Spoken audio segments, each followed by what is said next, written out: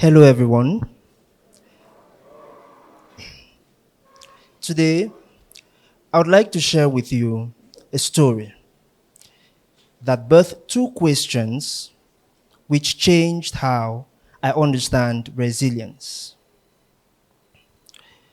There was a moment in my leadership journey when everything looked under control, but something was wrong. I was leading a team on an important project, and for days, tension had been rising and energy was low. So in one of those meetings, we were seated in a small glass conference room late one Saturday afternoon. The whiteboard was crowded with half-erased timelines. Unusually, coffee cups sat untouched.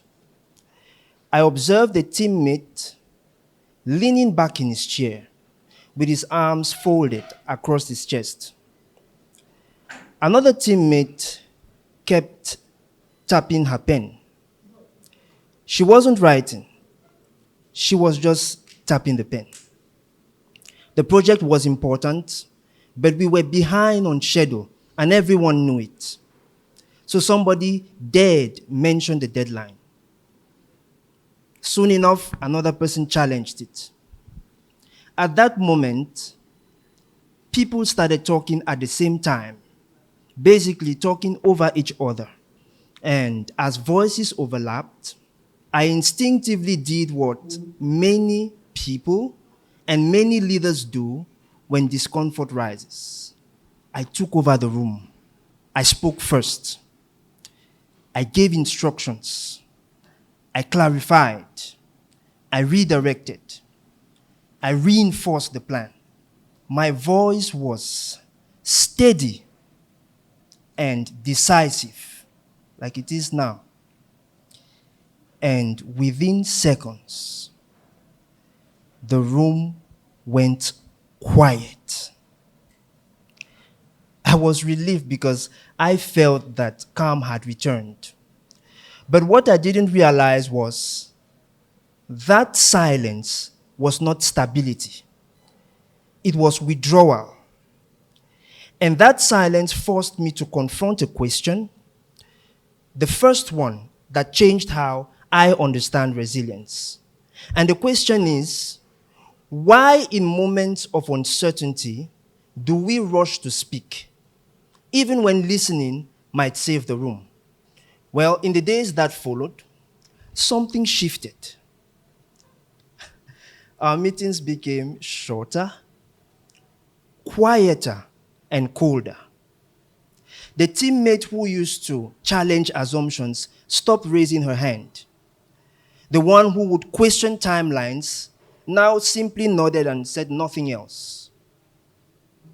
To be honest, on the surface, everything looked smoother, but energy had drained from the room. Conversations moved to the hallways.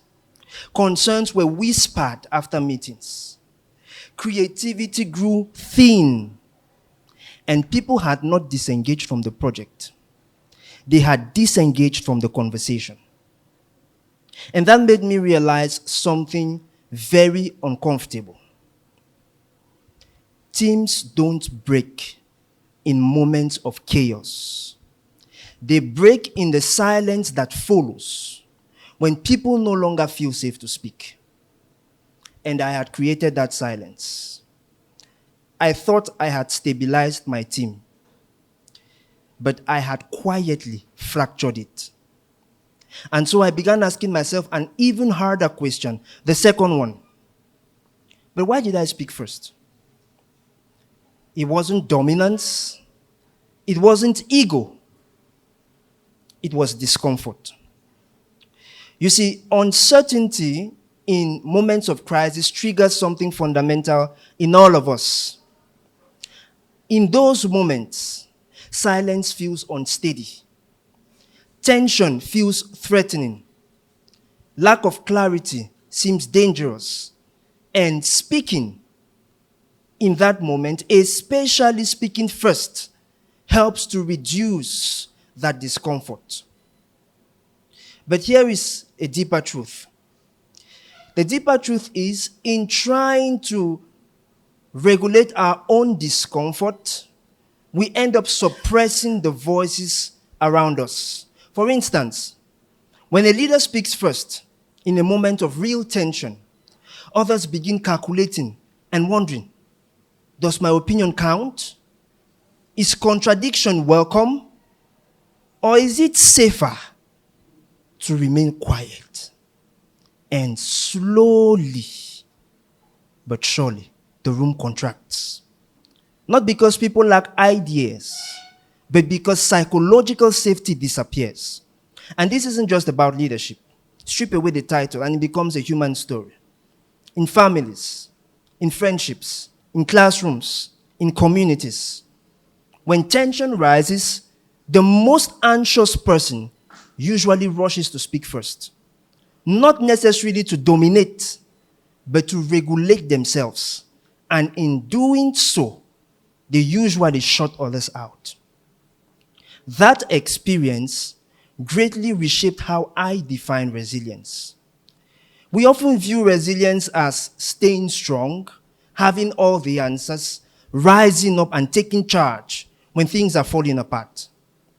But what if resilience in human systems has nothing to do with having all the answers? What if resilience in human systems is not about who speaks first? What if resilience in human systems is about who is able to tolerate discomfort long enough to listen? Because listening first requires something deeper than authority. It requires psychological maturity. It requires emotional regulation. It requires the inner conviction and the quiet courage to sit in uncertainty without rushing to resolve it. And this is where the insight crystallized for me. Teams break when leaders speak first. They recover when leaders listen first. Not because leaders should remain silent, but because timing determines safety. When listening comes first, something changes. The nervous system of the room settles. People exhale. Voices beautifully reemerge. Contradiction is welcome as contribution and not as a threat. And then and only then does resilience begin to rebuild. Not through connection, or rather not through control, but through connection. Here's another deep truth. Another deep truth is, in moments of crisis, we humans are wired to protect ourselves first before protecting the collective. So when tension rises, what do? We rush. We rush to regulate our discomfort. We rush to deal with our anxiety. And in the process, we mistake control for connection. We mistake silence for stability. We mistake apathy for agreement. But resilience is relational. It lives in the space between people. And that space either expands or contracts, depending on whether someone chose to speak first or to listen first. Because when someone listens first, they send out a powerful signal. A signal that reads, "You are safe here." And safety is what makes teams unbreakable. So if you will take one thing from this talk, let it be this. The next time you find yourself in a tense atmosphere, whether you carry the title of leader or not, notice the impulse. Notice the discomfort in your chest. Notice the urge to fill the silence. And ask yourself an honest question. Am I about to stabilize the room or to stabilize myself? Because sometimes the most powerful act of leadership is not in saying the right thing. It is in creating the space where the right voices can emerge. And when you do that, when that happens, when people feel heard before they are led, when people feel understood before they are directed, teams become unbreakable. Thank you.